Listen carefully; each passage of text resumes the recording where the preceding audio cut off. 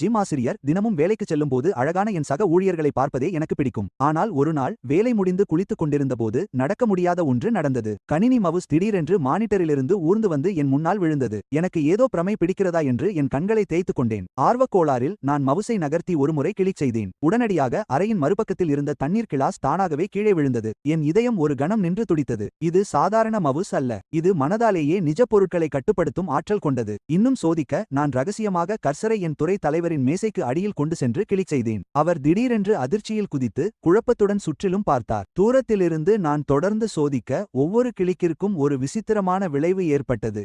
இறுதியில் அவர் குழப்பமடைந்து ஓய்வறைக்கு ஓடினார். அந்த நொடியில் இந்த மர்மமான மவுஸ் நான் நினைத்ததை விட அதிக மதிப்புமிக்கது என்பதை உணர்ந்தேன். அடுத்து வங்கியிலிருந்து எடுத்த 10,000 ரூபாயின் மீது கர்சரை வைத்தேன். ரைட் கிளிக் செய்ததும் கணினி மெனுவில் இருந்தது போல காப்பி பேஸ்ட் ஆப்ஷன்கள் வந்தன.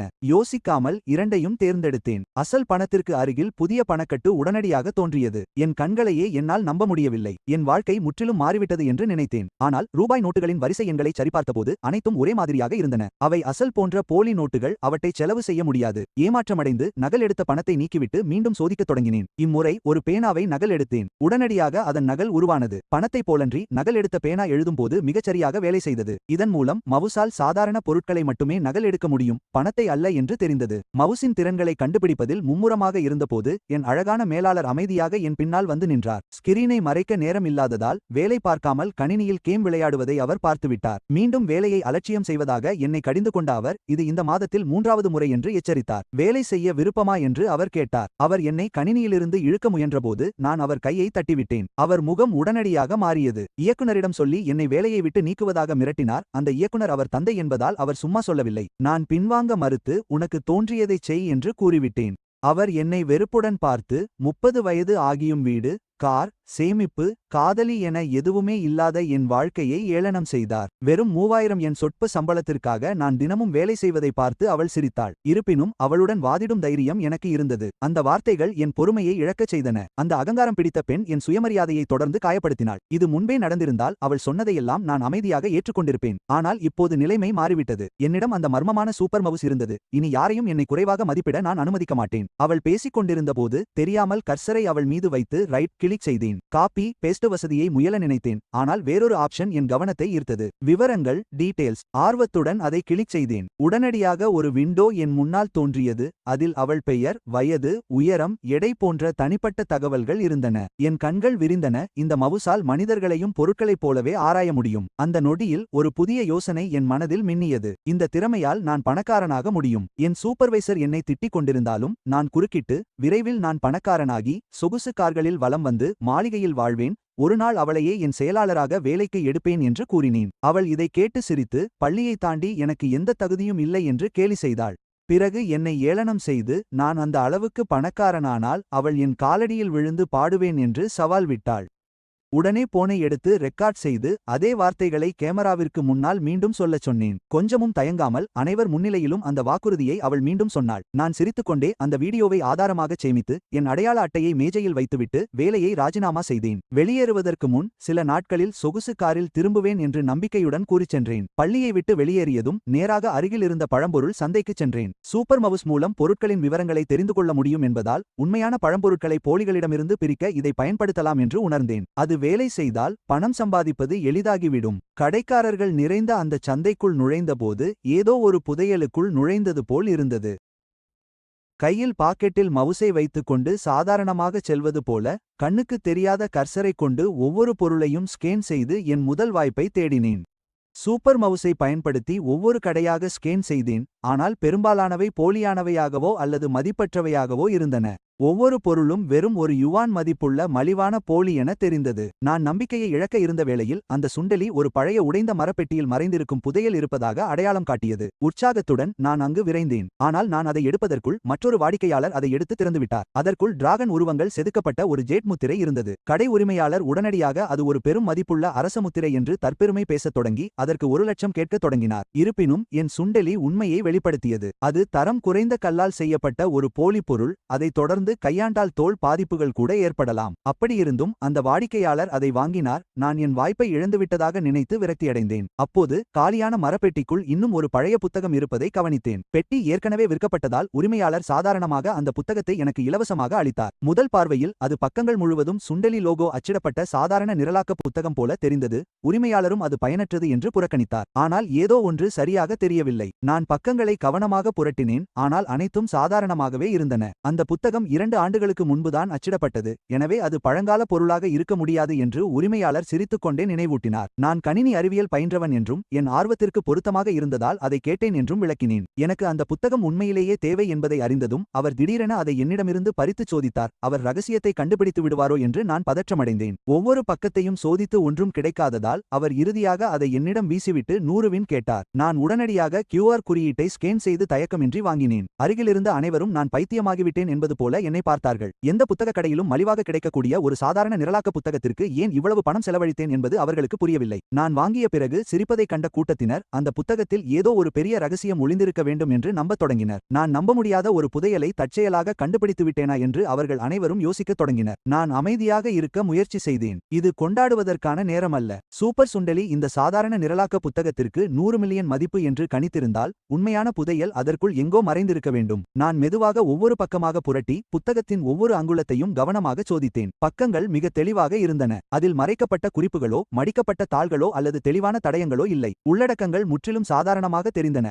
அந்த சுண்டெலி ஏன் அதற்கு இவ்வளவு பெரிய விலையை நிர்ணயித்தது என்பதை புரிந்து கொள்ளவே முடியவில்லை. நான் தொடர்ந்து தேடிக்கொண்டிருந்தபோது திடீரென விசித்திரமான எழுத்துக்கள் கொண்ட ஒரு சிறிய வரியை அடைந்தேன். அதன் அர்த்தத்தை பற்றி சிந்திக்கும் முன்பே நடுத்தர வயதுடைய ஒருவர் விரைந்து வந்து அந்த புத்தகத்தை விற்க தயாரா என்று கேட்டார். அவர் வந்த நேரம் எனக்கு உடனடியாக சந்தேகத்தை ஏற்படுத்தியது. முன்பு அவர் அந்த புத்தகத்தை பொருட்படுத்தவே இல்லை. ஆனால் நான் அந்த வரியை அடைந்தவுடன் திடீரென அதை வாங்க விரும்பினார். நான் சாதாரணமாக அவர் எவ்வளவு பணம் கொடுக்க தயார் என்று கேட்டேன். கண் இமைக்கும் நேரத்திற்குள் அவர் 1 மில்லியன் யுவான் தருவதாக கூறினார். அந்த இடமே அமைதியானது. அனைவரும் அவரை நம்ப முடியாத கண்களுடன் பார்த்தனர். சாதாரண புரோகிராமிங் புத்தகத்திற்கு 1 மில்லியன் யுவான் செலவழிப்பது முற்றிலும் பைத்தியக்காரத்தனம். அவருக்கு மூளை கோளாறு என்று கூட சிலர் நினைத்தனர். ஆனால் அதிர்ச்சி அடைவதற்கு பதிலாக இந்த புத்தகம் அசாதாரணமானது என்பதில் நான் இன்னும் உறுதியானேன். அந்த நபருக்கு புத்தகத்தின் மீது எந்த ஆர்வமும் இல்லை என்பது தெளிவாக தெரிந்தது. அவரது கண்கள் அந்த ஒரு வரி எழுத்துக்களை விட்டு நீங்கவே இல்லை. அருகில் இருந்த அனைவரும் அந்த வார்த்தைகளை பார்த்திருந்ததால் 1 மில்லியன் யுவானுக்கும் மேலான மதிப்புள்ள ரகசியம் அதில் இல்லை என்றால் அவர் இவ்வளவு பெரிய தொகையை செலவிட வேண்டிய அவசியமில்லை. தான் அதிகமாக வெளிப்படுத்திவிட்டதை உணர்ந்த அந்த நபர் உடனடியாக தனது அணுகுமுறையை மாற்றிக்கொள்ள முயன்றார். அவர் சங்கடத்துடன் சிரித்துவிட்டு தான் புத்தகங்களை சேகரிப்பதில் ஆர்வம் கொண்டவர் என்று கூறினார். தனது சலுகைக்கும் அந்த விசித்திரமான வரிக்கும் எந்த சம்பந்தமும் இல்லை என்று வாதாடி அதிகாரப்பூர்வமாக வெளியிடப்பட்ட பதிப்போடு ஒப்பிட்டு பார்க்க பக்கங்களை புரட்டச் சொன்னார். அந்த பிரதிக்கு ஏதேனும் சேகரிப்பு மதிப்பு உள்ளதா என்பதை மட்டுமே சரிபார்க்க விரும்புவதாக அவர் கூறினார். அவரது விளக்கம் நியாயமாக தோன்றினாலும் அவரது முகபாவனை அவரை காட்டிக் கொடுத்தது. அவர் மீண்டும் மீண்டும் அதே வரி எழுத்துக்களை திருட்டுத்தனமாக பார்த்தது அவருக்கு அது மட்டுமே முக்கியம் என்பதை நிரூபித்தது. சிறந்த புதையல் அந்த புத்தகம் அல்ல என்பதை நான் உடனடியாக புரிந்து கொண்டேன். அந்த மர்மமான வார்த்தைகளுக்குள் மறைந்திருந்த தகவல்தான் அது. அந்த ரகசியம் 1 மில்லியன் யுவானை எவ்வித தயக்கமுமின்றி செலவழிக்கும் அளவுக்கு மதிப்புடையது. நன்றாக யோசித்த பிறகு எனது ஊகம் சரியானது என்பதில் நான் இன்னும் உறுதியானேன். அந்த வரி எழுத்துக்களை ஏற்கனவே பலர் பார்த்திருந்தால் அது 1 மில்லியன் யுவான் மதிப்புடையதாக இருந்திருக்காது. இருந்தும் அந்த நபர் அந்த புத்தகத்தை வாங்க துடித்துக் கொண்டிருந்தார். உண்மையான ரகசியம் அந்த ஒரு வரியோடு நின்றுவிடவில்லை என்பதுதான் தர்க்கரீதியான விளக்கம். மீதமுள்ள பக்கங்களில் இன்னும் மறைக்கப்பட்ட குறியீடுகள் இருந்திருக்க வேண்டும். ஒத்துழைப்பது போல் நடித்து அவருக்கு மட்டும் பக்கங்கள் தெளிவாக தெரியும் வகையில் புத்தகத்தை புரட்டினேன். சுமார் 20 பக்கங்களுக்கு பிறகு ஒரு பக்கத்தின் மேல் பகுதியில் கையால் எழுதப்பட்ட மற்றொரு விசித்திரமான எழுத்துக்களை கண்டேன். அந்த நபரின் கண்கள் உடனடியாக மின்னின.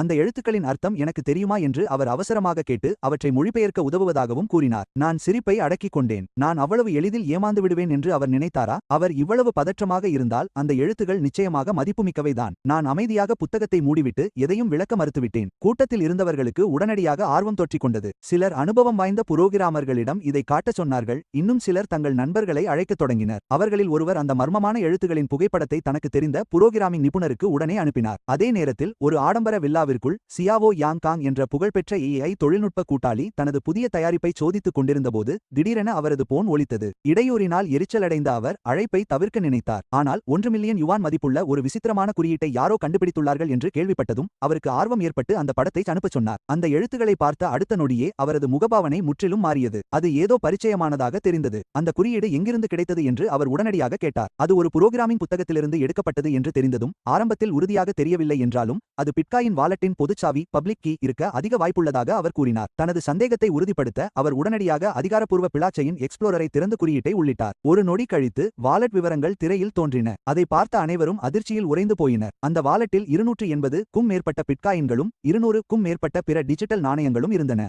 அருகில் இருந்த ஒருவர் ஒரு பிட்காயின் $6000 வீதம் கணக்கிட்டு 1.6 மில்லியன் இருக்கும் என்று நினைத்தார். ஆனால் சியாவோ யாங்கான் அவரை உடனடியாக திருத்தினார். அந்த விலை சீன யுவானில் இல்லை, அமெரிக்க டாலரில் இருந்தது. தற்போதைய மாற்று விகிதத்தில் அனைத்தையும் மாற்றிய பிறகு அதன் மொத்த மதிப்பு 100 மில்லியன் யுவானை தாண்டியது. அந்த புரோகிராமிங் புத்தகம் ஏன் இவ்வளவு பெரிய சொத்தாக கருதப்படுகிறது என்பதை அனைவரும் அப்போதுதான் புரிந்து கொண்டனர். அந்த நிபுணர் உடனடியாக அனைவரையும் அழைத்து விமான நிலையத்தில் எவ்வளவு விரைவாக முடியுமோ அவ்வளவு விரைவாக வந்து சேருமாறு கூறினார். வேறு யாராவது அதன் உண்மையான மதிப்பை கண்டுபிடிப்பதற்குள் அந்த புத்தகத்தை வாங்க வேண்டும் என்பதால் தனது குழுவின் மற்றவர்களையும் அழைத்து வருமாறு அவர் கேட்டார். இருப்பினும் புத்தகத்தில் இருந்த குறியீடு பிட்காயின் பொது முகவரி மட்டுமே என்றும் அது தனியார் சாவி பிரைவேட் கீ அல்ல என்றும் ஒருவர் சுட்டிக்காட்டினார். பொது முகவரி என்பது வங்கி கணக்கு எண் போல அனைவரும் பார்க்கக்கூடியது. ஆனால் தனியார் சாவி என்பது பணத்தை எடுக்க தேவைப்படும் கடவுச்சொல் போன்றது. இருந்தாலும் முழு ரகசியத்தையும் அறிந்து கொள்ள 1 மில்லியன் யுவான் செலவிடுவது ஒரு சிறந்த லாபம் என்று அனைவரும் ஒப்புக்கொண்டனர். மறுநாள் காலை நான் வழக்கம் போல எழுந்து குளித்துவிட்டு அந்த மர்ம புத்தகத்தை எடுத்துக்கொண்டு காலை உணவை முடித்துவிட்டு மீண்டும் அந்த பழங்கால சந்தைக்கு சென்றேன். நான் கவனச்சிதறலுடன் தெருவில் நடந்து கொண்டிருந்தபோது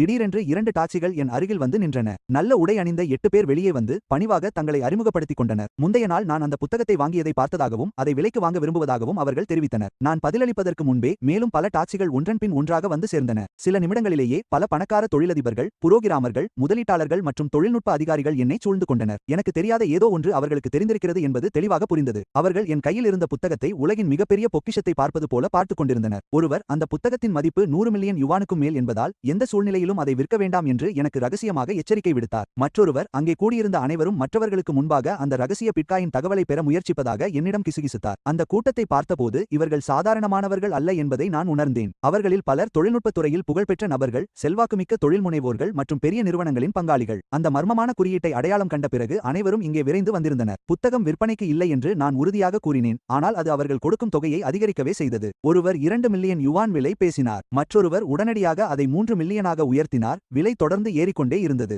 நான் இன்னும் மறுப்பதைக் கண்ட அவர்களில் ஒருவர் உண்மையை வெளிப்படுத்த முடிவு செய்தார். புத்தகத்திற்குள் இருந்த விசித்திரமான எழுத்துக்கள் பிட்காயின் பொது வாலெட் முகவரி என்று அவர் விளக்கினார். நான் குழப்பமடைந்ததை பார்த்த அவர், உங்களுக்கு கிரிப்டோ கரன்சி பற்றி தெரிந்திருக்க வாய்ப்பில்லை என்று புன்னகைத்தார். சாதாரண புரோகிராமிங் புத்தகம் போல தோன்றும் ஒன்றிற்காக இவ்வளவு சக்தி வாய்ந்த நபர்கள் ஏன் சண்டையிட தயாராக இருக்கிறார்கள் என்பதை அவர் விளக்க முன்வந்தார். நிபுணர்களில் ஒருவர் பொறுமையாக எனக்கு அனைத்தையும் விளக்கினார். ஒவ்வொரு பிட்காயின் வாலெட்டிலும் பொது சாவி மற்றும் தனிப்பட்ட சாவி என 2 சாவிகள் இருக்கும். நேற்று அனைவரும் பார்த்த அந்த எழுத்துக்களின் தொகுப்பு பொது சாவி மட்டுமே. யாரும் அதை பயன்படுத்தி வாலெட்டின் இருப்பு மற்றும் பரிவர்த்தனை வரலாற்றை சரிபார்க்கலாம். அதனால்தான் ஒரு பிட்காயின் $61,000 என்ற தற்போதைய சந்தை விலையில் அதில் 280 பிட்காயின்கள் இருப்பதை அவர்கள் உறுதி செய்திருந்தனர். அந்த வாலெட்டின் மதிப்பு 100 மில்லியன் யுவானுக்கு மேல் இருந்தது. இருப்பினும் பொது சாவியை மட்டும் தெரிந்து கொள்வதால் எந்த பயனும் இல்லை. தனிப்பட்ட சாவி இல்லாமல் ஒரு நாணயத்தை கூட யாராலும் மாற்ற முடியாது. பொது சாவி என்பது வங்கி கணக்கு எண் போன்றது. ஆனால் பணத்தை எடுக்க தேவையான கடவுச்சொல் தான் தனிப்பட்ட சாவி. அனைவரும் என் புத்தகத்தை விரும்பியதற்கு காரணம் தனிப்பட்ட சாவி அந்த புத்தகத்திற்குள் எங்காவது மறைத்து வைக்கப்பட்டிருக்கிறதா என்று யாருக்கும் தெரியாததுதான். விளக்கத்தை கேட்ட பிறகு இவ்வளவு சக்தி வாய்ந்த நபர்கள் ஏன் என்னை சுற்றி திரண்டிருக்கிறார்கள் என்பதை நான் புரிந்து கொண்டேன். ஒருவர் அந்த புத்தகத்திற்காக உடனடியாக 10 மில்லியன் யுவான் தருவதாக கூறினார். அந்த இடத்திலேயே ஒரு வழக்கறிஞரை நியமித்து பரிவர்த்தனையை முடிக்கவும் அவர் பரிந்துரைத்தார். அப்போது அவன் என்னுடன் நெருக்கமாக இருப்பதற்கான உண்மையான காரணத்தை ஒப்புக்கொண்டான். புத்தகத்தின் பின்புறம் இருந்த கடைசி எழுத்துத் தொடரை நான் இன்னும் சோதிக்கவில்லை என்பதால் ஒப்பந்தம் செய்வதற்கு முன்பு அது தனிப்பட்ட சாவிதானா என்று நான் ரகசியமாக சரிபார்க்கவில்லை என்பதை அவன் உறுதிப்படுத்த விரும்பினான். அவனது நேர்மை அனைவரையும் ஆச்சரியப்படுத்தியது. அவனை பொறுத்தவரை புத்தகத்தை வாங்குவது என்பது உறுதி குறித்த விஷயம் அல்ல. அது ஒரு பெரும் செல்வத்தை கண்டுபிடிப்பதற்கான சாத்தியக்கூறுக்கு பணம் கொடுப்பதாகும். 10 மில்லியன் யுவான் என்பது நம்ப முடியாத அளவிற்கு ஈர்க்கக்கூடிய சலுகையாக இருந்தது.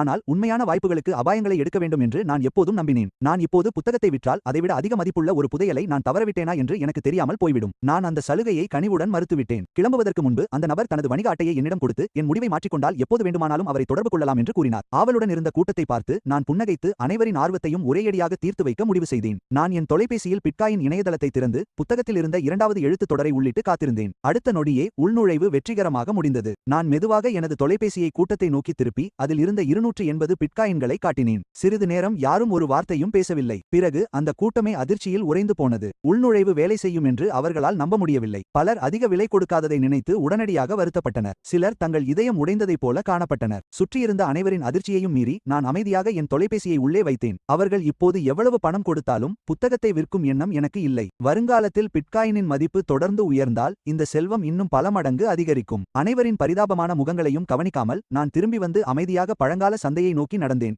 ஏமாற்றமும் அதிர்ச்சியும் நிறைந்த அந்த கூட்டத்தை விட்டு விலகி வந்தேன். கூட்டத்தை விட்டு வெளியேறிய பிறகு நான் மீண்டும் பழங்கால பழங்கால சந்தைக்கு சென்றேன். நான் உள்ளே நுழைந்ததும் 2 பேர் உற்சாகமாக பேசிக் கொண்டிருப்பதை கேட்டேன். அருகில் இருந்த யாரோ ஒருவர் குப்பை கிடங்கில் பழைய பழங்கால பொருட்களின் பெரிய பெட்டியை கண்டுபிடித்ததாக அவர்கள் சொன்னார்கள். அவர்கள் விரைந்து செல்லாவிட்டால் மதிப்புமிக்க அனைத்தும் எடுத்துக் கொள்ளப்படும் என்றும் பேசிக் கொண்டனர். அதை கேட்ட அடுத்த நொடியே நான் அவர்களை பின்தொடர்ந்தேன். பழங்கால பொருட்களின் பெரிய தொகுப்பில் சூப்பர் மவுஸை சோதிக்க இது ஒரு சிறந்த வாய்ப்பு. நான் குப்பை கிடங்கை அடைந்தபோது ஏற்கனவே டஜன் கணக்கான மக்கள் அங்கு தேடிக்கொண்டிருந்தனர். எனது முறைக்காக காத்திருக்கும் போது அருகில் இருந்த ஒரு நாயை தடவி கொடுக்க குனிந்தேன். அந்த துல்லியமான தருணத்தில் மவுஸ் கர்சர் தற்செயலாக நாயின் உணவு கிண்ணத்தின் மீது விழுந்தது. ஒரு நிலை விண்டோ உடனடியாக என் கண்களுக்கு முன்னால் தோன்றியது. சந்தை மதிப்பு 300 மில்லியன் யுவான். நான் உறைந்து போனேன். சாதாரணமான அந்த நாய்க்கிண்ணம் உண்மையில் 300 மில்லியன் யுவான் மதிப்புடையது. எது எப்படியாயினும் நான் அதை அடைந்தே தீர வேண்டும். சுமார் 2 மணி நேரத்திற்கு பிறகு கூட்டம் இறுதியாக கிளம்பத் தொடங்கியது. நான் உரிமையாளரிடம் சென்று இன்னும் ஏதேனும் பழங்கால பொருட்கள் மீதமுள்ளதா என்று கேட்டேன். அவர் சிரித்துக்கொண்டே, நீங்கள் சற்று தாமதமாக வந்துவிட்டீர்கள். சிறந்த பொருட்கள் அனைத்தும் ஏற்கனவே விற்கப்பட்டுவிட்டன. ஆனால் எஞ்சியவற்றில் எதை வேண்டுமானாலும் எடுத்துக்கொள்ளலாம் என்று கூறினார். ஒவ்வொரு பொருளின் விலையும் 5000 ஆகும். நான் உள்ளே நுழைந்த அந்த நொடியே அந்த இடம் உண்மையான பழங்கால பொருட்கள், பயனற்ற குப்பைகள் மற்றும் உயர்தர போலியான பொருட்களால் நிறைந்திருப்பதை உணர்ந்தேன். உரிமையாளர் அனைத்தையும் ஒன்றாக கலந்து வைத்திருந்தார். வாங்குபவர்கள் தங்கள் அதிர்ஷ்டத்தை நம்பி வாங்குவார்கள் என்று அவர் எதிர்பார்த்தார். அதிர்ஷ்டவசமாக என்னிடம் சூப்பர் மவுஸ் இருந்தது. சாதாரணமாக பார்ப்பது போல நடித்து ஒவ்வொரு பொருளையும் ரகசியமாக ஸ்கேன் செய்து மதிப்புமிக்க பல பொருட்களை தேர்ந்தெடுத்தேன்.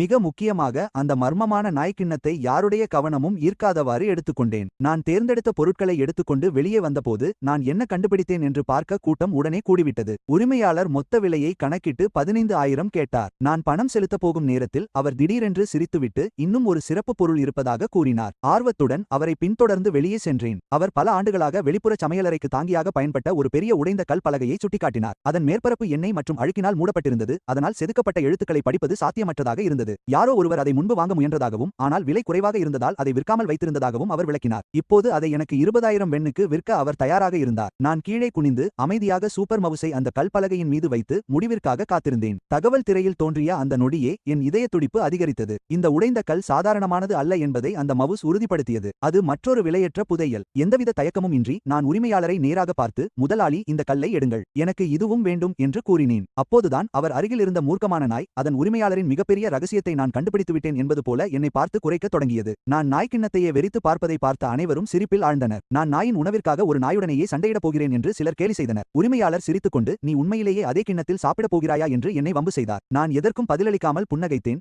ஏனெனில் என் முழு கவனமும் அந்த விசித்திரமான இரும்பு கிண்ணத்தின் மீதே இருந்தது. அது சாதாரணமாக தெரிந்தாலும் அதன் வடிவம் மிகவும் தனித்துவமாக இருந்தது. அது ஏதோ ஒரு பெரிய பொருளின் ஒரு பகுதியாக இருந்தது போல தோன்றியது. அதை விற்பீர்களா என்று உரிமையாளரிடம் கேட்டேன். கூட்டம் இன்னும் குழப்பமடைந்தது. பழைய நாய்க்கிண்ணத்திற்கு ஏன் இவ்வளவு பணம் செலவழிக்கிறார்கள் என்று அவர்களுக்கு புரியவில்லை. இது ரகசியமாக மதிப்புமிக்கதாக இருக்குமோ என்று சிலருக்கு சந்தேகம் வந்ததால் அவர்கள் ஏதோ கண்டுபிடித்து விடுவார்களோ என்று நான் கவலைப்பட்டேன். உரிமையாளர் அந்த கிண்ணத்தை திருப்பி அதன் அடிப்பகுதியை காட்டினார். உலோகத்தில் சில எண்களும் ஒரு பெயரும் பொறிக்கப்பட்டிருந்தன. அந்த கிண்ணம் தலைமுறையாக தன் குடும்பத்தில் இருந்து வருவதாகவும் எனக்கு மிகவும் பிடிவிருந்தால் 5000 வெண்ணுக்கு தருவதாகவும் அவர் சாதாரணமாக கூறினார். அவர் சொன்ன கதையில் உண்மை இருக்கிறதா இல்லையா என்பது எனக்கு முக்கியமில்லை. கிண்ணத்தை கையில் எடுத்த கணமே அது எவ்வளவு கனமாக இருக்கிறது என்பதை உணர்ந்தேன். அது சாதாரண இரும்பினால் செய்யப்பட்டது அல்ல என்பது உறுதியானது. சூப்பர் மவுஸ் காட்டிய தகவலை நான் மெதுவாக பார்த்தேன். என் கண்கள் ஆச்சரியத்தில் விரிந்தன.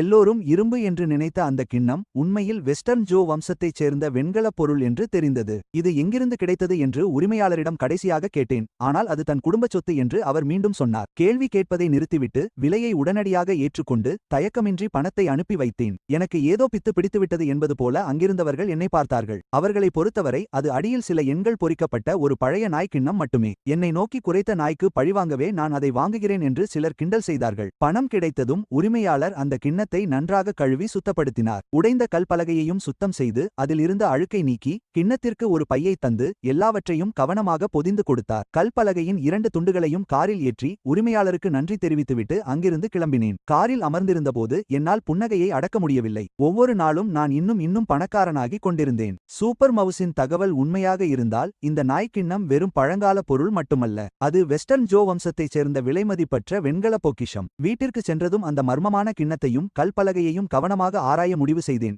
ஏனெனில் அவை யாராலும் கற்பனை செய்ய முடியாத அளவுக்கு மதிப்புமிக்கவை என்று எனக்கு தோன்றியது. நான் காரில் கிளம்பும்போது பின்னால் இருந்தவர்கள் பேசிக்கொண்டே இருந்தனர். நாய்க்கிண்ணம் பழங்கால பொருளாக இருக்குமோ என்று சிலர் யோசித்தனர். நான் அன்று வாங்கிய ஒவ்வொரு பொருளும் சந்தேகத்திற்குரியதாக இருப்பதாக மற்றவர்கள் கருதினர். அதே நேரத்தில் அருகிலிருந்த ஒரு தனி அறையில் புகழ்பெற்ற கலைப்பொருள் நிபுணர் ஒருவர் தேநீர் அருந்திக் கொண்டிருந்தபோது திடீரென அந்த கிண்ணத்தை பார்த்தார். அவர் கைகள் நடுங்க, தேநீர் கோப்பை கை நழுவி விழ பார்த்தது. அவருக்கு அருகில் இருந்தவர்கள் அவர் உடல்நலம் சரியில்லாமல் இருக்கிறாரா என்று விரைவாக கேட்டனர். ஆனால் அவர் அதை பொருட்படுத்தாமல் அதிர்ச்சியில் அந்த கிண்ணத்தையே உற்று நோக்கினார். அவரது குரல் நடுங்க அவர் முணுமுணுத்தார், ஒரு தேசிய பொக்கிஷம். கிண்ணம். இறுதியாக அவர்கள் இதை கண்டுபிடித்து விட்டார்கள். இரட்டை மேற்கோள் குறி. அவரைச் சுற்றியிருந்த அனைவரும் உறைந்து போயினர். அந்த கிண்ணம் பல நூற்றாண்டுகளுக்கு முன்பு காணாமல் போன புகழ்பெற்ற தேசிய பொக்கிஷங்களின் தொகுப்பைச் சேர்ந்ததாக இருக்கலாம் என்று அவர் விளக்கினார். ஒரு நொடி கூட வீணாக்காமல் நிபுணர்கள் வெளியே விரைந்து சென்று கிண்ணத்தின் ஒவ்வொரு அங்குலத்தையும் கவனமாக ஆய்வு செய்தனர். அடியில் செதுக்கப்பட்ட எண்களையும் அடையாளங்களையும் கண்ட அந்த நொடியில் அவர்கள் மூவருமே ஒரு கணம் மூச்சை அடக்கினர். அவர்கள் உடனடியாக அந்த சின்னங்களை அடையாளம் கண்டு இந்த கலைப்பொருள் மங்கோலிய படையெடுப்பின் போது மறைக்கப்பட்ட புகழ்பெற்ற பொக்கிஷ தொகுப்புடன் தொடர்புடையது என்று உறுதியாக நம்பினர். அவர்களில் ஒருவர் உடனடியாக தனது தந்தையை அழைத்து அது எந்த கலைப்பொருள் என்பதை உறுதிப்படுத்த முயன்றார். அதே நேரத்தில் நான் எதற்காக ஒரு பழைய நாய் கிண்ணத்தை வாங்கினேன் என்று அவர்கள் ஆச்சரியப்படுவதை நிறுத்த முடியவில்லை. அதன் உண்மையான பிறப்பிடத்தை என்னால் கண்டறிய முடிந்தது என்று அவர்கள் எவரும் நம்பவில்லை. அதற்கு பதிலாக அதன் அசாதாரண வடிவத்தைக் கண்டு நான் ஏதோ அதிர்ஷ்டத்தில் அதை வாங்கிவிட்டேன் என்று அவர்கள் நம்பினர். இருப்பினும் பழங்கால பொருட்களை கண்டறியும் எனது பார்வை நம்ப முடியாத அளவிற்கு கூர்மையானது என்பதை அவர்கள் ஒப்புக்கொண்டனர். விரைவில் மேலும் பல சேகரிப்பாளர்கள் என்னை சூழ்ந்து கொண்டு விலை பேசத் தொடங்கினர். ஒருவர் அங்கேயே 10,000 வோன் தருவதாக கூறினார். மற்றவர்கள் நான் நாயின் உணவு கிண்ணத்தை திருடுவதற்காக அதனுடன் சண்டையிட்டதாக கேலி செய்தனர். எனக்கு எதுவுமே தெரியாது என்று பாசாங்கு செய்த நான் அந்த கலைப்பொருள் அவர்களுக்கு தெரியுமா என்று அப்பாவித்தனமாக கேட்டேன். அவர்கள் உண்மையை உடனடியாக மறைத்து அது ஒன்றும் விசேஷமானது அல்ல என்றும் அதை அவர்களால் அடையாளம் காண முடியவில்லை என்றும் கூறினர். அவர்களது நடிப்பு என்னை மேலும் சந்தேகத்திற்குள்ளாக்கியது.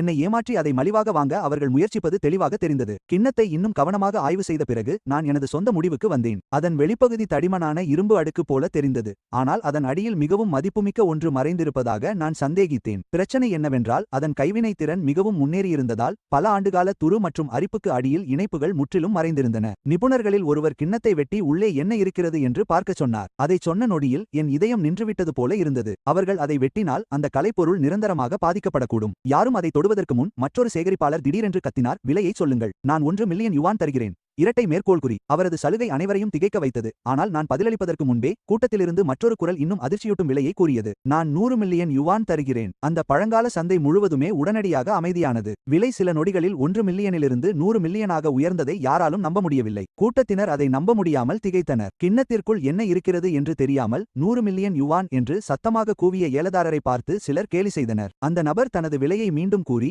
உடனடியாக ஏற்றுக்கொண்டு பணத்தை உடனே அனுப்புவதாக என்னிடம் வற்புறுத்தினார். நான் அமைதியாக இருந்தேன். சிறிது நேரத்திற்கு முன்புதான் இவர்களே 10 மில்லியனிலிருந்து 100 மில்லியன் வரை தயக்கமின்றி ஏலத்தை உயர்த்தியிருந்தனர். தங்களிடமிருந்து மறைக்க நினைக்கும் ஏதோ ஒன்று இவர்களுக்கு தெரிந்திருந்தது தெளிவாக தெரிந்தது. அந்த சலுகையை ஏற்றுக்கொள்வதற்கு பதிலாக நான் ஒரு கூர்மையான கத்தியால் கிண்ணத்தின் மேற்பரப்பை கவனமாக சுரண்டினேன். மெல்லிய வெளிப்பகுதி உதிர்ந்தபோது அனைவரும் மூச்சை அடக்கி பார்த்தனர். துருப்பிடித்த இரும்பு பூச்சுக்கு அடியில் மற்றொரு அடர் உலோக அடுக்கு இருந்தது. மேலும் மங்கலான பழங்கால எழுத்துக்கள் மெதுவாக தோன்றின. நிபுணர்கள் அதை உடனடியாக அடையாளம் கண்டு கொண்டனர். அது சாதாரண கிண்ணம் அல்ல. அது மேற்கு ஜாவ் வம்சத்தின் சிறிய வெண்கல டிங் ஆகும். இது கண்டறியப்பட்ட மிக மதிப்புமிக்க தேசிய பொக்கிஷங்களில் ஒன்றாகும். அந்த நேரத்தில் சீன பழங்கால பொருட்கள் சங்கத்தின் தலைவர் முன்னே வந்து அதற்கு 400 மில்லியன் யுவான் தருவதாக அதிகாரப்பூர்வமாக அறிவித்தார். அந்த விலை சூப்பர் மவுஸ் மதிப்பிட்டதை விட 100 மில்லியன் அதிகம். மறுக்க எந்த காரணமும் இல்லை. அந்த இடத்திலேயே ஒப்பந்தம் முடிந்தது. பரிவர்த்தனை முடிந்த பிறகு 360 மில்லியன் யுவான் எனது வங்கிக் கணக்கில் வரவு வைக்கப்பட்டது. மேலும் பொக்கிஷங்களை தேட தயாரானபோது நான் திரும்பினேன். எண்ணற்ற பேராசை கொண்ட கண்கள் பசியுள்ள ஓநாய்களைப் போல என்னை பார்ப்பதை கண்டேன்.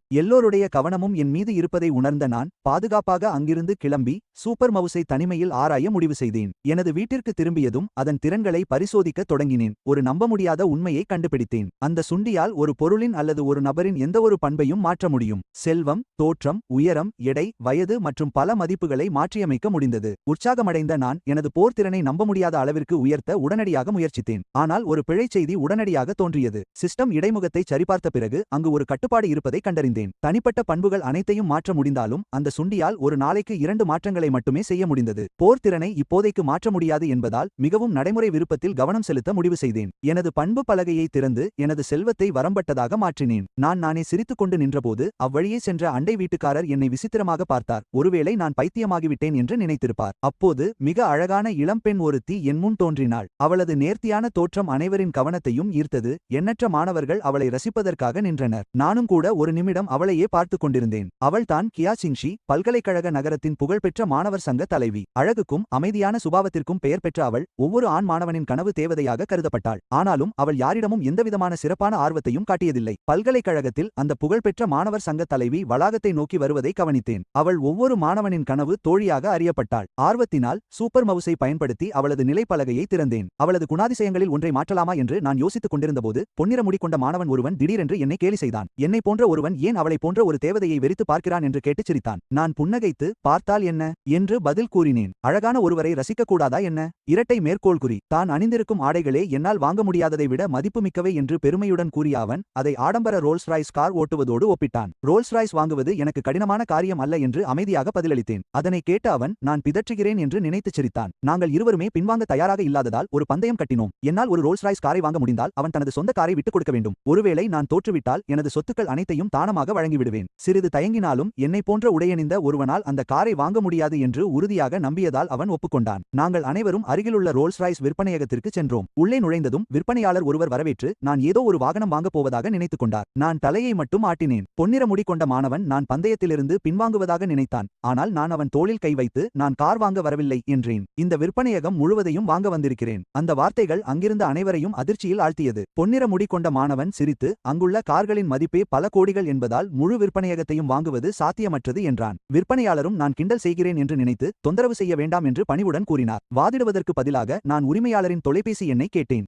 எண்ணை பெற்றவுடன் உரிமையாளரை நேரடியாக அழைத்து ரோல்ஸ் ராய்ஸ் டீலர்ஷிப் முழுவதையும் வாங்க விரும்புவதாக கூறினேன். முதலில் இது வெறும் குறும்பு என்று நினைத்த உரிமையாளர் விற்பனையகம் விற்பனைக்கு இல்லை என்று கூறினார். நான் 10 பில்லியன் யுஎன் தர தயார் என்று அமைதியாக கூறினேன். சிறிது நேரம் மௌனமாக இருந்த உரிமையாளர் உடனே நேரில் சந்திக்க ஒப்புக்கொண்டார். நான் அழைப்பை துண்டித்த பிறகு ஷோரூமில் இருந்த அனைவரும் என்னை நம்ப முடியாமல் பார்த்தனர். அவர்களில் பெரும்பாலானோர் நான் ஏதோ பாசாங்கு செய்கிறேன் என்றே கருதினர். இருப்பினும் சிறிது நேரத்திற்கு பிறகு உரிமையாளர் அவசரமாக ஷோரூமிற்கு வந்து சேர்ந்தார். அவர் நேரடியாக என்னிடம் வந்து நான் தான் அவருடைய தொழிலை வாங்க ஆர்வமாக இருப்பவர் தானா என்று கேட்டார். நான் தலையசைத்து 10 பில்லியன் வின் என்ற எனது விலையை மீண்டும் கூறினேன். நான் பேரம் பேசவில்லை என்றும் ₹1 கூட குறைக்க மாட்டேன் என்றும் தெளிவாக கூறினேன். இந்த வார்த்தைகளை கேட்ட அந்த பொன்னிற முடி கொண்ட மாணவன் பேச வார்த்தையின்றி நின்றான். ஒப்பந்தத்தை முடித்த பிறகு ஷோரூம் உரிமையாளர் கூட அதிர்ச்சியில் இருந்தார். 10 பில்லியன் யுவானை சாதாரணமாக பணமாக செலவழிக்கக்கூடியவர் சாதாரண மனிதராக இருக்க முடியாது. எனது பின்னணி என்னவென்று அவராலும் கற்பனை செய்ய முடியவில்லை. நேரத்தை வீணாக்காமல் சிஸ்டத்தை பயன்படுத்தி முழு தொகையையும் மாற்றினேன். வங்கி பணத்தை உறுதிப்படுத்தியவுடன் உரிமையாளர் மகிழ்ச்சியுடன் பரிவர்த்தனையை முடித்தார். பொன்னிற முடி கொண்ட மாணவனுக்கும் எனக்கும் நடந்த பந்தயத்தை பற்றி அறிந்த அவர் எல்லாவற்றையும் நேரில் கவனித்துக் கொண்டார். அதன் முடிவு உடனடியானது. அந்த மாணவனின் BMW 3 சீரிஸ் கார் இன்னும் பல கடன் தவணைகள் பாக்கியிருந்த நிலையில் சொன்னது போலவே தானமாக வழங்கப்பட்டது. பின்னர் நான் கண்ணை கவர்ந்த ஒரு ரோல்ஸ் ராய்ஸ் காரை தேர்ந்தெடுத்து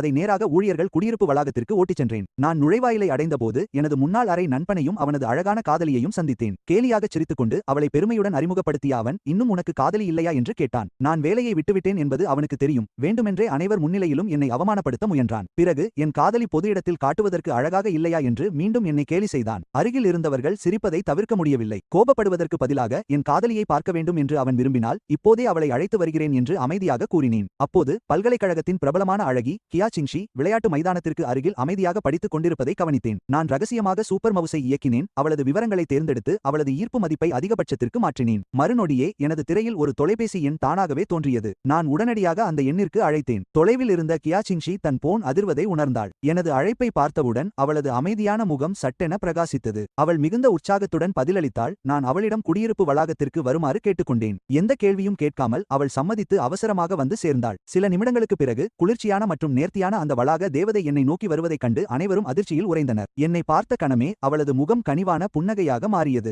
எனது முன்னாள் அறை நண்பன் எங்களை அதிர்ச்சியுடன் பார்த்து அவள் உண்மையிலேயே எனது காதலிதானா என்று கேட்டான். நான் சரியாக பதில் சொல்வதற்குள் கியா முன்னேறி வந்து என் அருகில் நின்று அவள் எனது காதலி என்பதை நம்பிக்கையுடன் உறுதிப்படுத்தினாள். கூட்டம் முற்றிலும் திகைத்து நின்றது. எப்போதும் ஒதுங்கியே இருக்கும் மாணவர் சங்க தலைவர் என்னை போன்ற ஒருவனிடம் இவ்வளவு அன்பை வெளிப்படுத்துவார் என்று யாராலும் நம்ப முடியவில்லை. அவள் ஏன் என்னை தேர்ந்தெடுத்தாள் என்று புரியாமல் பல மாணவர்கள் பொறாமையில் தவித்தனர். அவர்கள் பணக்காரர்களையோ அல்லது பிரபலமானவர்களையோ எதிர்பார்த்தனர். ஜியா சிங்ஷி மற்றவர்களின் எதிர்வினைகளை கவனித்ததாகவே தெரியவில்லை. மாறாக அக்கறையுடன் என்னை மட்டுமே பார்த்தாள். நான் வேலையை விட்டுவிட்டேன் என்று அறிந்ததும் இனி ஊழியர் விடுதியில் தங்க முடியாது என்று மென்மையாக நினைவூட்டி புதிய வீட்டை தேடிவிட்டாயா என்று அவள் கேட்டது அவளது இயல்பான அன்பைக் கண்டு அனைவரையும் அதிர்ச்சியில் ஆழ்த்தியது. டான் ஃபே திடீரென ஒரு கோமாளியைப் போல தெரிந்தாள். ஜியாசி எனக்கு அருகில் வந்த அந்த தருணத்தில் அனைவரின் கவனமும் அவள்பால் திரும்பியது. என் முன்னாள் அறை தோழன் கூட அவளையே வெறித்து பார்த்தான். அவளை போன்றவள் தனக்கு துணையாக இருந்தால் எவ்வளவு பெருமையாக இருக்கும் என்று ரகசியமாக எண்ணினான். சுற்றியிருந்தவர்களின் அதிர்ச்சியான முகங்களை பார்த்ததும் எனது தன்னம்பிக்கை மீண்டும் எனக்கு வந்தது. ஜியாவும் நானும் முக்கியமான வேலைக்காக செல்ல வேண்டியிருப்பதால் அனைவரும் கிளம்பும்படி நிதானமாக கூறினேன். பிறகு அவளது கையை பிடித்துக்கொண்டு என் பொருட்களை எடுப்பதற்காக எனது அறைக்கு சென்றேன். சரியாக அந்த நேரத்தில் டான் ஃபெஃபே கவனத்தை ஈர்க்க மற்றொரு திட்டத்தை தயார் செய்தாள். புன்னகையுடன் எனக்கு வழியனுப்பு விழாவாக அனைவருக்கும் அனைவருக்கும் இரவு உணவு தருவதாக அவள் அறிவித்தாள். ஜியாவின் அழகிற்கு ஈடுகொடுக்க முடியாததால் தனது செல்வத்தை வெளிக்காட்ட அவள் முடிவு செய்தாள். விலையுயர்ந்த கடல் உணவு விடுதியை பரிந்துரைத்து ஒரு உணவிற்கு சில 1000 வெண் மட்டுமே ஆகும் என்றும் தானே அனைவருக்கும் பணம் தருவதாகவும் பெருமையாகச் சொன்னாள். நான் அவளை திரும்பி பார்க்க கூட இல்லை. ஜியா சிங்ஷியிடம் திரும்பி, சாதாரண சாலை ஓர உணவகத்தில் சாப்பிட உனக்கு ஆட்சேபனை உண்டா என்று கேட்டேன். சிறிய தயக்கமும் இன்றி அவள் அன்புடன் சிரித்தபடி, என்னுடன் இருந்தால் எங்கு வேண்டுமானாலும் மகிழ்ச்சியுடன் சாப்பிடுவேன் என்று கூறினாள். அந்த பதிலை கேட்டதும் அங்கிருந்தவர்கள் மீண்டும் ஒருமுறை திகைத்து நின்றனர். டான் ஃபே அவளை ஏளனமாக பார்த்து, சாலை ஓர உணவகங்கள் அழுக்கானவை, உன்னை போன்றவளுக்கு அவை சரிவராது என்று கூறினாள். என் முன்னாள் அறை தோழனும் அதை ஆமோதித்தான். ஆனால் நான் இருவரையும் கண்டு கொள்ளாமல் ஜியா சிங்ஷியின் கையை பிடித்துக்கொண்டு அமைதியாக வெளியேறினேன். நாங்கள் வாயிலை அடைந்ததும் அவர்கள் மீண்டும் என்னை கேலி செய்ய தவறவில்லை. என்னை போன்ற ஏழை ஒருவனால் ஜியா சிங்ஷியை போன்ற அழகியை நீண்ட காலம் வைத்திருக்க முடியாது என்று ஏளனமாகச் சிரித்தனர். நாங்கள் சாலை ஓரத்தில் நிற்பதை கவனித்த அவர்கள், டாக்ஸிக்காக காத்திருக்கிறீர்களா என்று நக்கலாக கேட்டனர். என் முன்னாள் அறை தோழன் என்னை அவமானப்படுத்துவதற்காகவே லிஃப்ட் தருவதாக கூறினான். நான் சிரித்துக்கொண்டே, ஏன் என் காரை மறைக்கிறாய் என்று கேட்டேன். நான் பொய் சொல்வதாக எண்ணி அவன் இன்னும் சத்தமாகச் சிரித்தான். பிறகு நான் சாவியை இயல்பாக அழுத்தினேன். புத்தம் புதிய ரோல்ஸ் ராய்ஸ் கல்லினன் கார் உடனடியாக விளக்குகளை ஒளிரச் செய்தது. அனைவரும் உறைந்து போயினர். அப்போது கூட அது என்னுடையது என்பதை நம்ப என் முன்னாள் அறை தோழன் மறுத்துவிட்டான். அவர் உறுதியாக ஒதுங்கி நின்று, உண்மையான உரிமையாளர் எப்போது வேண்டுமானாலும் வருவார் என்று கூறினார். நாங்கள் அனைவரும் அமைதியாக காத்திருந்தோம். ஆனால் யாரும் வரவில்லை. நீண்ட நேரத்திற்கு பிறகு நான் நிதானமாக நடந்து சென்று ஓட்டுநர் கதவை திறந்து கியா சிங்ஷியை பார்த்து புன்னகைத்தேன். உள்ளே ஏறு. அவள் இயல்பாக தலையசைத்து எந்த தயக்கமும் இன்றி முன் இருக்கையில் அமர்ந்தாள். எனது முன்னாள் அறைத்தோழரின் புன்னகை மறைந்து அவர் முகத்தில் அதிர்ச்சி குடிகொண்டது. அங்கே அதிர்ச்சியில் உறைந்து போயிருந்த அனைவரையும் பார்த்து நீண்ட நாட்களாக மனதில் வைத்திருந்த வார்த்தைகளை பேசினேன். நான் எப்போதும் ஒரு சாதாரண மனிதனைப் போல வாழவும் அனைவரையும் சமமாக நடத்தவும் விரும்பினேன். ஆனால் எனக்கு கிடைத்தது கேலியும் அவமானமும் மட்டுமே. இன்றிலிருந்து நான் மறைந்து வாழ்வதை நிறுத்துகிறேன். நான் இனி நடிக்க வேண்டிய அவசியமில்லை. ஏனென்றால் நான் ஒரு பில்லியனர். ஒரு நாள் மதியம் எனது முன்னாள் அறைத்தோழர் தான் கண்டவை அனைத்தும் சாத்தியமற்றவை என்று தன்னைத்தானே நம்ப வைக்க முயன்று கொண்டிருந்தார். நான் புன்னகைத்து இனி எதுவும் சாத்தியமற்றது அல்ல என்று அவரிடம் கூறினேன். எல்லோரும் என்னை பார்த்துக் கொண்டிருந்தபோது நான் அமைதியாக என் கையை பாக்கெட்டில் விட்டு சூப்பர் மவுஸை வரவழைத்தேன். கர்சர் மெதுவாக அவருக்கு பின்னால் நிறுத்தப்பட்டிருந்த BMW காரை நோக்கி நகர்ந்தது. எந்தவொரு வார்த்தையும் பேசாமல் நான் டெலிட் பட்டனை அழுத்தினேன். அடுத்த நொடியே அந்த கார் இருந்த இடமே தெரியாமல் காற்றில் மறைந்து போனது. எனது முன்னாள் அறைத்தோழர் அதிர்ச்சியில் உறைந்து நின்றார். என்ன நடந்தது என்று நம்ப முடியாமல் அவர் கண்களை தேய்த்துக் கொண்டே இருந்தார். என் கார் எங்கே? அது இங்கேயேதான் இருந்தது. அவர் பதற்றத்துடன் எல்லா இடங்களிலும் தேட சுற்றியிருந்த அனைவரும் திகைத்து நின்றனர். ஒரு நிஜமான BMW கார் எப்படி அவர்களின் கண்முன்னே மறைந்தது என்பதை யாராலும் விளக்க முடியவில்லை. ஒரு வாரம் கண் இமைக்கும் நேரத்தில் கடந்து போனது. பள்ளியில் அனைத்தையும் சரிசெய்த பிறகு சூப்பர் மவுஸை இன்னும் திறமையாக எப்படி பயன்படுத்துவது என்று யோசிக்கத் தொடங்கினேன். அப்போது ஒரு புதிய யோசனை எனக்கு வந்தது. நான் 2000 வெண் கொடுத்து ஒரு சிறிய தங்கத்தை வாங்கி மேஜையில் வைத்து மீண்டும் மீண்டும் காப்பி செய்தேன். சில நொடிகளில் அந்த மேஜை முழுவதும் ஒரே மாதிரியான தங்கக்கட்டிகள் நிறைந்தன. பணத்தை விட தங்கத்தை பணமாக மாறுவது எளிதாக இருக்குமோ என்று நினைத்தேன். யாரையும் கவர்ந்துவிடக் கூடாது என்பதற்காக வெவ்வேறு நகைக்கடைகளுக்குச் சென்று சிறிது சிறிதாக தங்கத்தை விற்றேன்.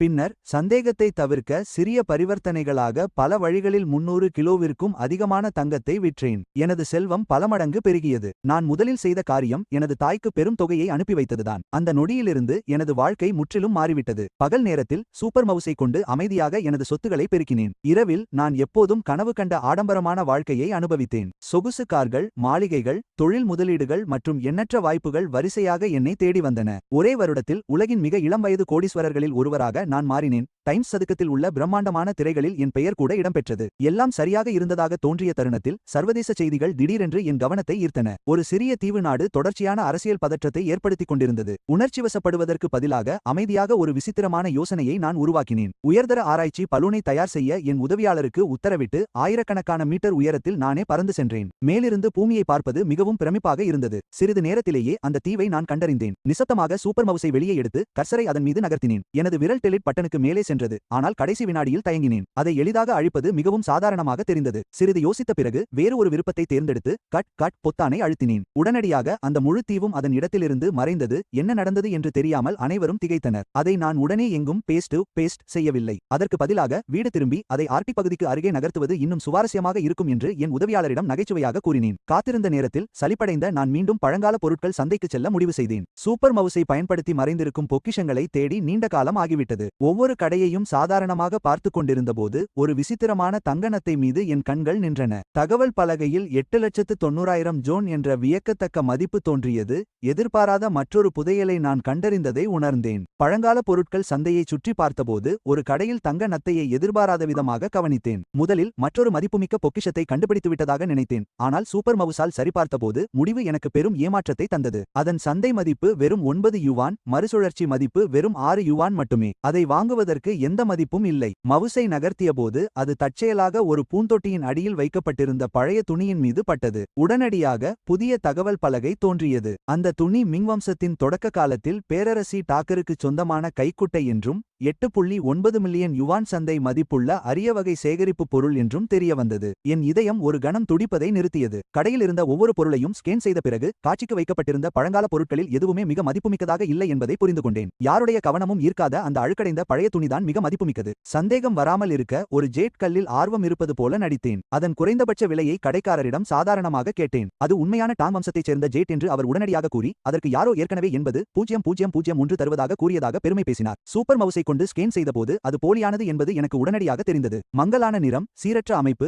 சிறிய காற்று குமிழ்கள் மற்றும் மோசமான வேலைப்பாடு என பல குறைபாடுகளை நான் நிதானமாக சுட்டிக்காட்டினேன். அதன் உரிமையாளர் அதிர்ந்து போனார். நான் ஒரு அனுபவம் வாய்ந்த பழங்கால பொருட்கள் நிபுணர் என்று நினைத்து அவர் உடனடியாக தனது போக்கை மாற்றிக்கொண்டார். இறுதியாக அந்த போலி ஜேட் கல்லை வெறும் 100 விற்க அவர் சம்மதித்தார். வாய்ப்பை பயன்படுத்திக் கொண்டு ஜாடிக்கு அடியில் இருந்த பழைய துணியால் அதை சுற்றி தரும்படி அவரிடம் சாதாரணமாக கேட்டேன். அந்த உரிமையாளர் உடனடியாக மறுத்துவிட்டார். அந்த அழுக்கு துணி கூட ஒரு பழங்கால பொருள் என்றும் அதை தனித்தனியாக விற்க முடியும் என்றும் கூறினார். அதன் உண்மையான மதிப்பு என்னவென்று அவருக்கு தெரியவில்லை என்பது எனக்கு தெரியும். இருந்தாலும் நான் அவருடன் பேரம் பேசினேன். அவர் முதலில் 2000 பிறகு 200 என்று கேட்க நான் பிடிவாதமாக 20 மட்டுமே தருவதாக கூறினேன். நீண்ட வாக்குவாதத்திற்கு பிறகு அவர் சிரித்துக்கொண்டே தோல்வியை ஒப்புக்கொண்டு ஜேட் கல்லுடன் சேர்த்து அந்த துணியையும் 121க்கு விற்கச் சம்மதித்தார். பேரம் முடிந்த தருணத்தில் எந்த உற்சாகத்தையும் காட்டாமல் நான் அமைதியாக அங்கிருந்து வெளியேறினேன். அவரிடமிருந்து தள்ளிச் சென்ற பிறகு ஒரு குப்பைத் தொட்டியின் அருகில் நின்று அந்த பொதிந்திருந்த விலைமதிப்பற்ற மிங் வம்சத்து கைக்குட்டையை எடுத்துக்கொண்டு பயனற்ற போலி ஜேட் கல்லை குப்பையில் வீசினேன். உண்மையான புதையலை என் கைகளில் ஏந்தியபடி என்னால் புன்னகைக்காமல் இருக்க முடியவில்லை. மீண்டும் ஒருமுறை மிகவும் சாதாரணமான இடத்தில் மறைந்திருந்த செல்வத்தை கண்டறிய சூப்பர் மவுஸ் எனக்கு உதவியது. நான் அருகில் இருந்த ஒரு பழங்கால பொருட்கள் கடைக்குள் சென்று நிதானமாக சுற்றிலும் பார்த்துவிட்டு இங்கே மதிப்பீட்டு நிபுணர் யாராவது இருக்கிறார்களா என்று கேட்டேன். என்னிடத்தில் மதிப்பீடு செய்ய வேண்டிய ஒரு மதிப்புமிக்க பொருள் இருக்கிறது. விலை சரியாக இருந்தால் நான் அதை இங்கேயே விற்றுவிடுவேன். நான் கையில் எதையும் எடுத்து வராமல் உள்ளே வந்ததால் கடை ஊழியர்கள் குழப்பத்துடன் என்னை பார்த்தார்கள். ஆர்வத்துடன் கவுண்டரில் இருந்த பெண் எதை மதிப்பீடு செய்ய போகிறேன் என்று கேட்டார். அதிகமாக பேசாமல் மேஜையின் மீது இருந்த பழைய துணியை விரித்தேன். அதற்குள் மறைத்து வைக்கப்பட்டிருந்த உண்மையான பொருளைத்தான் நான் எடுக்கப் போகிறேன் என்று நினைத்து அவர் சுற்றிலும் தேடிக்கொண்டிருந்தார். ஆனால் பலமுறை தேடிய பிறகு நம்பிக்கையற்ற நிலையில் என்னை பார்த்தார். இருங்க, நீங்க மதிப்பீடு செய்ய சொல்வது இந்த துணியையா? நான் அமைதியாக தலையசைத்தேன். ஆமாம், இது மிங் வம்சத்தின் 5ஆம் ஆண்டைச் சேர்ந்த அரச கைக்குட்டை. ஒரு காலத்தில் அரசி பயன்படுத்தியது. இது மிகவும் அரிதான வரையறுக்கப்பட்ட அரச கலைப்பொருள். அவர் இதை கேட்டதும் உடனடியாக தனக்கு தெரிந்த பழங்கால பொருட்கள் நிபுணரை அழைத்தார். சிறிது நேர உரையாடலுக்கு பிறகு அவர் மரியாதையுடன் என்னை அமர வைத்து அந்த நிபுணர் வரும் வரை எனக்கு தேநீர் வழங்கினார். நான் தேநீர் கோப்பையை எடுத்த தருணத்தில் சூப்பர் மவுசை கொண்டு அதை சாதாரணமாக ஸ்கேன் செய்தேன். 60,000 மேல் சந்தை மதிப்புள்ள ஒரு தகவல் பலகை உடனடியாக தோன்றியது. நான் லேசாக புன்னகைத்து ஒரு மிடறு குடித்துவிட்டு டீ கோப்பையே ஒரு பழங்கால பொருள் என்று சாதாரணமாக கூறினேன். அதன் பீங்கான் மற்றும் கைவினை திறனை கொண்டு பார்த்தால் அது அக்காலத்தின் 3 புகழ்பெற்ற அரசு சூளைகளில் ஒன்றிலிருந்து வந்திருக்க வேண்டும் என்று விளக்கினேன். அந்த பெண் அதிர்ச்சியில் என்னை பார்த்தபோது அதன் மதிப்பு குறைந்தது 50 முதல் 60,000 வரை இருக்கும் என்று கூறினேன். பல தொழில்முறை மதிப்பீட்டாளர்களால் கூட முடியாத காரியமாக ஒரு பார்வையில் அந்த கோப்பையின் பிறப்பிடத்தையும் மதிப்பையும் நான் கண்டறிந்தேன். நான் சாதாரண வாடிக்கையாளர் அல்ல என்பதை அவள் உடனே உணர்ந்து மரியாதையுடன் என் பெயரை கேட்டாள். நான் என்னை வாங்காய் என்று அறிமுகப்படுத்திக் கொண்டு பீங்கான் குறித்து சிறிது காலம் படித்ததாக அடக்கமாக கூறினேன். சுமார் அரை மணி நேரம் கழித்து 40 வயது மதிக்கத்தக்க அனுபவம் வாய்ந்த பழங்கால பொருள் நிபுணர் ஒருவர் வந்தார். அந்த பெண் அவரிடம் துணியை கொடுக்க அவர் அதை கவனமாக விரித்து எம்பிராய்டரியின் ஒவ்வொரு விவரத்தையும் ஆராய்ந்தார். பல நிமிடங்களுக்கு பிறகு அவர் உற்சாகத்துடன் தலையசைத்தார். அதன் கைவினை திறன், வடிவங்கள் மற்றும் பாதுகாக்கப்பட்ட விதம் அனைத்தும் அது மிங் அரண்மனையின் உண்மையான ஏகாதிபத்திய கைக்குட்டைதான் என்பதை உறுதிப்படுத்தியது. அது இவ்வளவு சரியான நிலையில் தப்பித்திருந்தது ஒரு அதிசயமே. அவர் என்னை நோக்கி அதை விற்க விருப்பமா என்று கேட்டார். நான் புன்னகைத்து அதை விற்பதற்காகத்தான் இங்கே கொண்டு வந்தேன். சரியான விலை கிடைத்தால் விற்க தயார் என்று பதிலளித்தேன். அந்த நிபுணர் உடனடியாக 8 லட்சம் யுவான் தருவதாக கூறினார். அவர் முகபாவனையிலிருந்தே அந்த கைக்குட்டை அதைவிட அதிக மதிப்புள்ளது என்பது எனக்கு தெரிந்தது. அதனால் நான் அமைதியாக அங்கிருந்து கிளம்ப தயாரானேன். எனது எதிர்வினையை பார்த்து அவர் உடனே என்னை தடுத்து விலையை 1 மில்லியன் யுவானாக உயர்த்தினார். பிறகு அவர் என்னை ஆழமாக பார்த்து, என்ன நினைக்கிறீர்கள் திரு வாங், 1 மில்லியன் யுவான் இந்த ஒப்பந்தத்திற்கு போதுமா? இரட்டை மேற்கோள் குறி என்று கேட்டார். அந்த நிபுணர் சிறிது தயங்கிய பிறகு மீண்டும் விலையை அதிகரித்தார். 1.1 மில்லியன் யுவான் எப்படி இருக்கும்? இது தாராளமான விலை என்று உறுதியாக நம்பி அவர் என்னை தீவிரமாக பார்த்தார். நான் கிட்டத்தட்ட புன்னகைத்தேன். சூப்பர் மவுஸ் கைக்குட்டையின் மதிப்பை சுமார் 1 மில்லியனாக கணித்திருந்தது. எனவே அவரது சலுகை உண்மையில் அதைவிட அதிகம். நான் அமைதியாக, நீங்கள் 1.1 மில்லியன் வழங்குகிறீர்கள் என்பதில் உறுதியாக இருக்கிறீர்களா என்று கேட்டேன். நான் இன்னும் திருப்தியடையவில்லை என்று நினைத்து அவர் பல்லை கடித்துக்கொண்டு இறுதி முறையாக 1.2 மில்லியன் யுவானுக்கு விலையை உயர்த்தினார். என்னால் இதற்கு மேல் 1 ரூபாய் கூட தர முடியாது. நீங்கள் இன்னும் மறுக்கிறீர்கள் என்றால் நான் விட்டுவிடுகிறேன். நான் தயக்கமின்றி தலையசைத்தேன். ஒப்பந்தம் முடிந்தது. பரிவர்த்தனை உடனடியாக முடிந்தது. என் கணக்கில் மற்றொரு பெரும் மீண்டும் செல்வம் சேர்ந்தது. அப்போதுதான் என் போன் ஒலித்தது. அது என் உதவியாளர். தலைவரே, ஆர்டி பயணத்திற்கான ஹெலிகாப்டர் ஏற்பாடு செய்யப்பட்டுள்ளது. அது எப்போது வேண்டுமானாலும் புறப்பட தயாராக உள்ளது. நான் புன்னகைத்து நல்லது என்று பதிலளித்தேன். நாம் உடனே கிளம்பலாம். அழைப்பை முடிப்பதற்கு முன் எனது உதவியாளரிடம் பேமெண்ட் QR குறியீட்டை அனுப்பச் சொன்னேன். ஏனெனில் நான் போனஸாக கூடுதலாக 1.2 மில்லியனை அனுப்ப விரும்பினேன். அழைப்பை முடித்த பிறகு அனைவரின் வியப்பு நிறைந்த பார்வைகளுக்கு மத்தியில் நான் அந்த கலைப்பொருள் கடையிலிருந்து வெளியேறினேன். வெளியே 4 பேர் அமரக்கூடிய ஒரு ஆடம்பர ஹெலிகாப்டர் காத்திருந்தது. ஒரு நொடி கூட வீணாக்காமல் அதில் ஏறி எனது அடுத்த நம்ப முடியாத சாகசத்தை தொடர ஆர்டிக்கை நோக்கி புறப்பட்டேன். இன்றைய காணொளி அவ்வளவுதான். இந்த கதை